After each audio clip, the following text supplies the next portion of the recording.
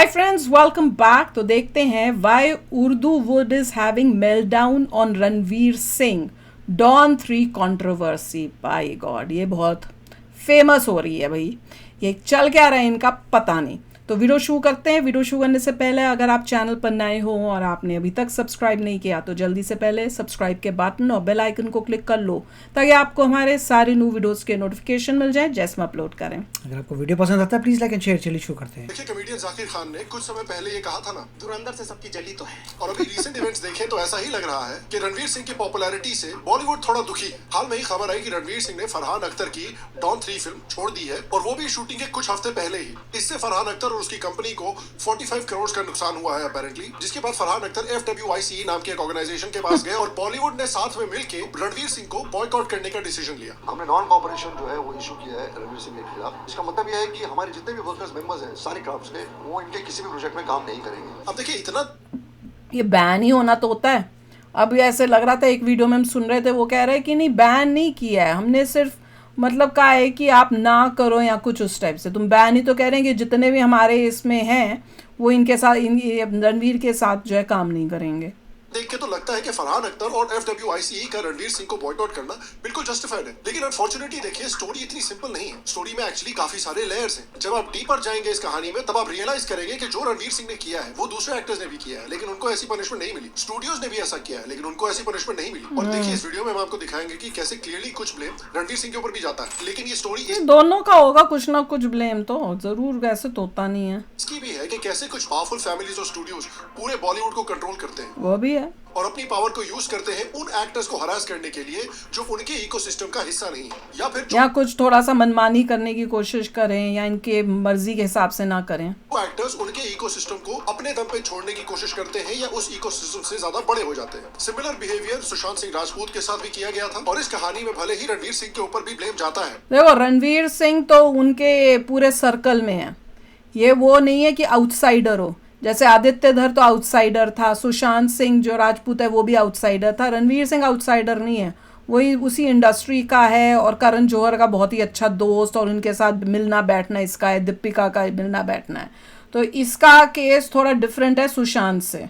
लेकिन यहाँ पर फिल्म फ्रेटर्निटी और फिल्म इंडस्ट्री की हिपोक्रेसी भी काफी उजागर हो जाती है। बिल्कुल वैसे ही जैसे इंडियन डेली सोप्स कहते हैं कि भाई हम ट्रेडिशनल फैमिली वैल्यूज प्रमोट कर रहे हैं, डिवोशन प्रमोट कर रहे हैं, फैमिली शोज प्रमोट कर रहे हैं, जबकि एक्चुअल प्लॉट में 3 खून, 4 पुनर्जन्म, स्कूटर मून पे पहुंच जाता है और एक औरत एक शेप शिफ्टिंग सांप से शादी कर रही होती है। आपको लगता है मैं मजाक कर रहा हूँ? तो फिर ये देखिए, अभी भी आ रहा है क्या सीरियल की बंद हो गया?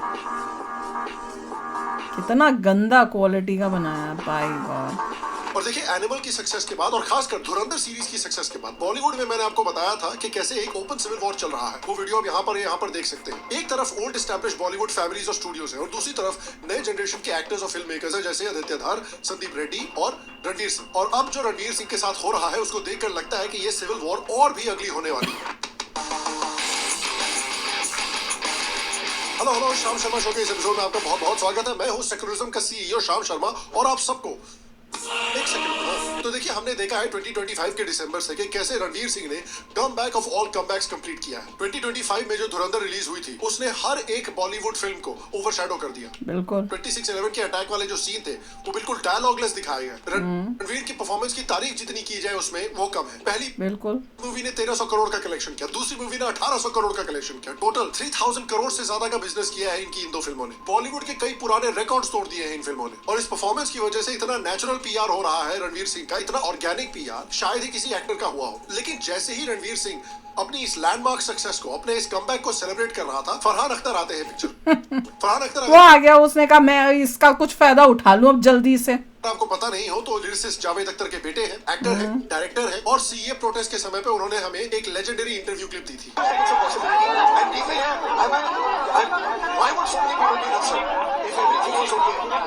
क्या बोल रहा है? तो ये भाई साहब कह रहे हैं कि इतने सारे लोग प्रोटेस्ट करने के लिए आए हैं तो कुछ तो गलत होगा ना। अब जी नहीं, बड़े पागल होते हैं लोग, वो तो हमने देखा ही हुआ है, भेड़ चाल बहुत है।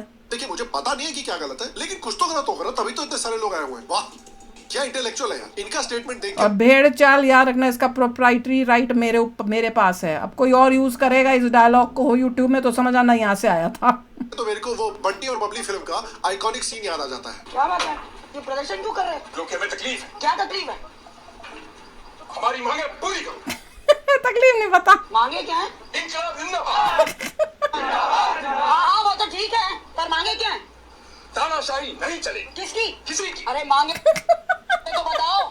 तो फरहान मजेदार है। अख्तर ने federation of western Indian cine employees यानी FWICE के साथ एक कंप्लेंट फाइल की है और बेसिकली इसकी वजह से पूरा का पूरा बॉलीवुड रणवीर सिंह को बॉयकॉट कर रहा है। तो अब आपके दिमाग में सवाल है कि हुआ क्या, सबसे पहले उसका जवाब देते हैं। देखिए, पिछले हफ्ते FWICE ने बॉलीवुड एक्टर रणवीर सिंह के खिलाफ नॉन कोऑपरेशन डायरेक्टिव इशू किया है। ये सब हुआ रणवीर के डॉन 3 से एग्जिट के बाद, जो उन्होंने दिसंबर 2025 में छोड़ी थी धुरंधर की रिलीज के बाद। एक्सेल एंटरटेनमेंट, जो फरहान अख्तर की प्रोडक्शन कंपनी है, वो कह रहे हैं कि उनको 45 करोड़ का नुकसान हुआ है क्योंकि बहुत अचानक से रणवीर सिंह ने उनकी फिल्म को छोड़ दिया है, इसलिए हमको कॉम्पनसेशन चाहिए। तो ये FWICE क्या है? FWICE हिंदी फिल्म्स और टीवी इंडस्ट्री में वर्कर्स को रिप्रेजेंट करने वाला अम्ब्रेला बॉडी है जो 38 अफिलिएटेड क्राफ्ट यूनियंस के थ्रू, चाहे एडिटर्स हो, डायरेक्टर्स हो, मेकअप आर्टिस्ट हो, स्पॉट बॉयज हो, लाइटमैन हो, कैमरामैन हो, जूनियर आर्टिस्ट हो, वैनिटी वैन सप्लायर्स हो, इन सबको रिप्रेजेंट करता है। बेसिकली ये एक ट्रेड यूनियन फेडरेशन है जिसमें 5 लाख से ज्यादा मेंबर्स हैं। जब FWICE non cooperation directive issue करता है तो सारे एफिलिएटेड मेंबर्स को इंस्ट्रक्ट किया जाता है कि वो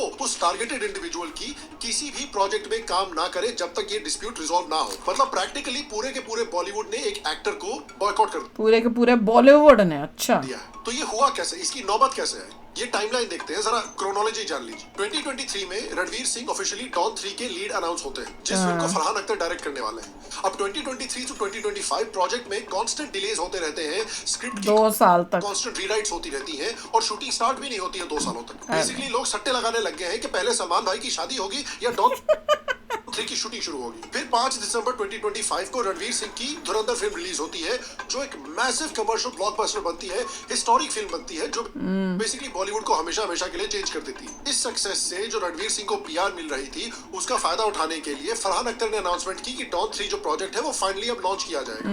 समझ रहे हैं उसकी चाल। लेकिन कुछ रूमर्स अभी भी आ रहे थे कि स्क्रिप्ट अभी भी लॉक नहीं हुई। तो धुरंधर की थिएट्रिकल सक्सेस की कुछ दिन के बाद रणवीर सिंह ने डॉन 3 प्रोजेक्ट को छोड़ दिया और उन्होंने बोला कि भाई रीजन ये है कि स्क्रिप्ट अभी भी फाइनलाइज नहीं हुई है और बार-बार चेंजेस होते ही जा रहे हैं। और यहाँ पर आती है बड़ी इंपॉर्टेंट बात कि फरहान अख्तर ने इमीडिएटली एक्शन नहीं लिया, उन्होंने वेट किया। उसके बाद धुरंधर 2 निकल के आती है उसकी भी वेट की कि ये चलती है कि नहीं चलती है 2026 में, जो कि एक और बहुत बड़ी ब्लॉकबस्टर बनती है। और फिर इस फिल्म के रिलीज होने के बाद ब्लॉकबस्टर बनने के बाद 11 अप्रैल 2026 में फरहान अख्तर ने FWICE में ऑफिशियल कंप्लेंट लॉन्च की और अलेज किया कि रणवीर ने ओवरसीज शूट से सिर्फ 3 हफ्ते पहले एग्जिट किया है। इससे काफी सिग्निफिकेंट फाइनेंशियल और लॉजिस्टिकल डैमेज हुआ है उनकी कंपनी को। अब FWICE कहती है कि उन्होंने रणवीर को एक्सप्लेनेशन मांगने के लिए आया नहीं, 3 रिमाइंडर्स भेजे हैं एवरी 10 डेज। यहाँ उसने गलती की है, तू जाके अपनी साइड तो बता।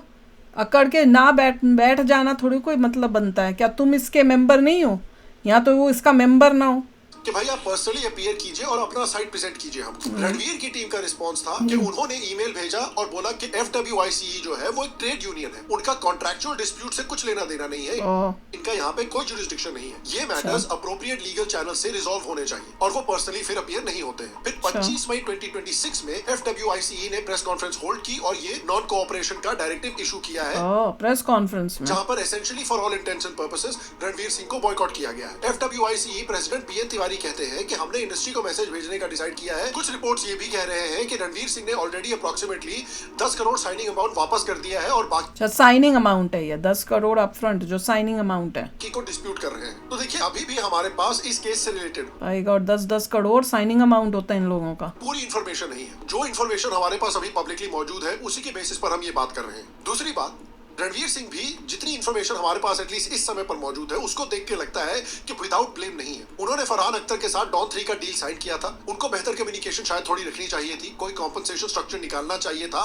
जिसमें वो प्रोजेक्ट एग्जिट कर सकते थे और फरहान अख्तर के लॉसेस भी कवर हो जाते। और FWICE के तीनों कम्युनिकेट्स को इग्नोर करना भी अच्छा नहीं था। ये थोड़ा सा बुरा लुक है उनके लिए भी। इस पॉइंट पे बेस्ट रेजोल्यूशन होना चाहिए, प्रोबेबली एक आउट ऑफ कोर्ट सेटलमेंट जो दोनों मिलकर कोई कॉम्पनसेशन स्ट्रक्चर निकाले और आई एम श्योर कि इवेंचुअली यही सोल्यूशन निकलेगा इसका। लेकिन उसके साथ साथ ये जो FWICE ने जजमेंट दिया है एक तरह से रणवीर सिंह पर, उसमें कुछ लोग हिपोक्रेसी भी पॉइंट आउट कर रहे हैं। और देखिए इसमें से कुछ एलिगेशंस वैलिड भी लगते हैं और ये वैलिड इसलिए है क्योंकि आप सरप्राइज होंगे कि FWICE ने अपनी पूरी हिस्ट्री में कभी भी किसी एक्टर के प्रोजेक्ट एग्जिट करने पे नॉन कोऑपरेशन डायरेक्टिव इशू नहीं किया है आज तक।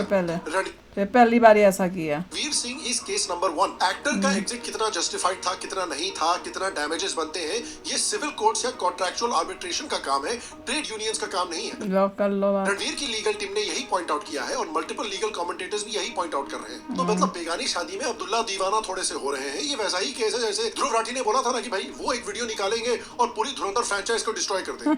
यार तुम्हारा इससे क्या लेना देना है यार, क्यों जबरदस्ती कूद रहे हो? एक तो ये भाई साहब इनका अलग ही स्वैग है, ये हमेशा ब्रैग करते रहते हैं कि मैं बीजेपी को खत्म कर दूंगा। पिछले 10 साल से यही इनका फंडा चल रहा है। लेकिन ये जितना वीडियोस बनाते हैं बीजेपी के खिलाफ, बीजेपी उतनी स्ट्रॉन्ग होती जाती है। ब्रो लिटरली जिसको हेट करते हैं उसके लिए गुड लक चार्म बन जाते हैं। तो अब देखते हैं इसे कब थोड़ा प्यार दिखाने लग जा उसके ऊपर, जावेद क्या है उसका नाम, फरहान अख्तर के ऊपर, ताकि वो उसका वो खराब हो। FWICE के प्रीवियस केसेस और क्यों लोग इसको हिपोक्रेसी बता रहे हैं, क्योंकि पिछले केसेस में FWICE का एक्शन हमेशा नॉन कॉन्ट्रैक्चुअल कॉन्डक्ट पे ही था, प्राइवेट कॉन्ट्रैक्चुअल डिस्प्यूट पे नहीं। पुराना एक केस था मीका सिंह जो पुलवामा टेरर अटैक के बाद कराची में एक वेडिंग में परफॉर्म करने के लिए गए हुए थे। तो FWICE ने उनको बैन किया था क्योंकि ये नेशनल सिक्योरिटी कंसर्न था। उसके बाद एक केस था गौहर खान का, जो कोविड पॉजिटिव होने के बाद भी 2021 में शूटिंग करने के लिए चली गई थी और FWICE ने उनको 2 महीने का नॉन कोऑपरेशन डायरेक्टिव इशू किया था कि उन्होंने भाई पूरे क्रू की जान खतरे में डाल दी।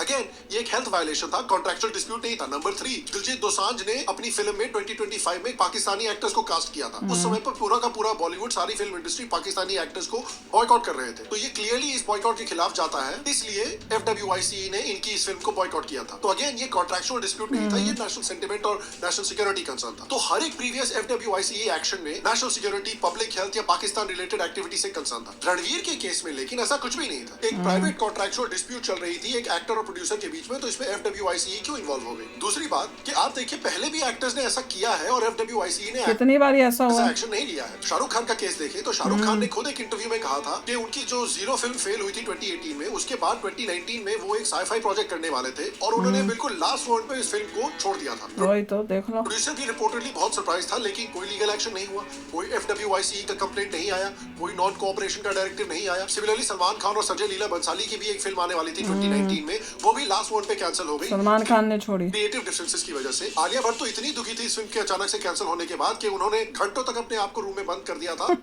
और रो रही थी क्यों जब भाई? वो प्रोजेक्ट कैंसिल हो गया। अभिषेक बच्चन एक पल्टन नाम की मूवी कर रहे थे और उन्होंने वो शूट से 24 घंटे पहले उस फिल्म को छोड़ दिया था। करीना कपूर ने अलेजेडली कहो ना प्यार है को बहुत अब्रप्टली छोड़ दिया था क्योंकि उनकी मदर और फिल्म मेकर राकेश रोशन के बीच में डिसएग्रीमेंट हो गई थी।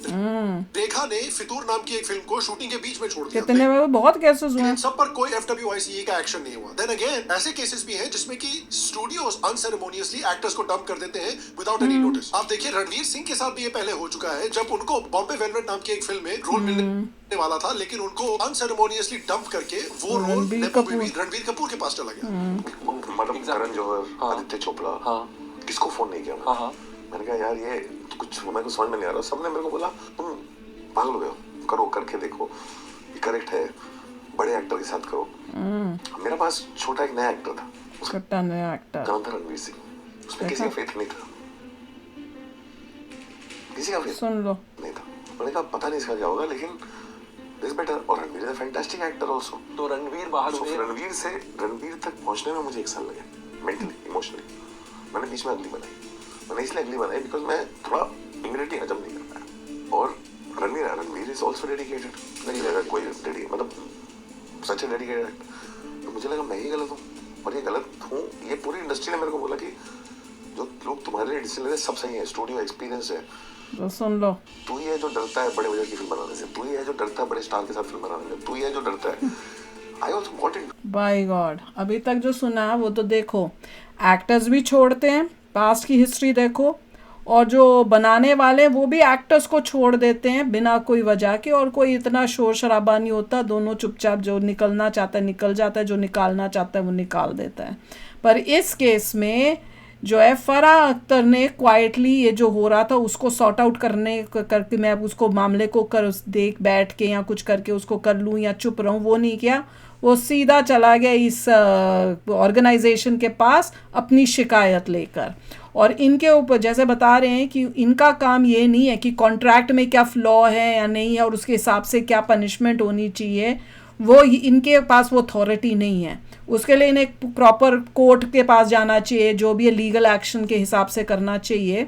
पर नहीं, ये जो बनी हुई है खुद ही कहती है कि सब जो हमारे इसमें हैं सब जो है बैन कर दो, रणवीर की कोई भी मूवी के अंदर कोई अपना काम उसके साथ नहीं करेगा, वो उसने बोल दिया है। अब आगे क्या होता है नहीं होता है वो तो टाइम ही बताएगा, पर एक बात ज़रूर है, गलती तो दोनों की है। देखो, इसने फरहान अख्तर ने कोशिश की कि मैं ये अब फेमस हुआ है उस मूवी के थ्रू धुरंधर की, तो मैं उससे फ़ायदा उठा के डॉन 3 जल्दी से बना दूं और उससे जो है मेरी मूवी को भी फ़ायदा हो जाएगा, चलने के चांसेस ज़्यादा होंगे।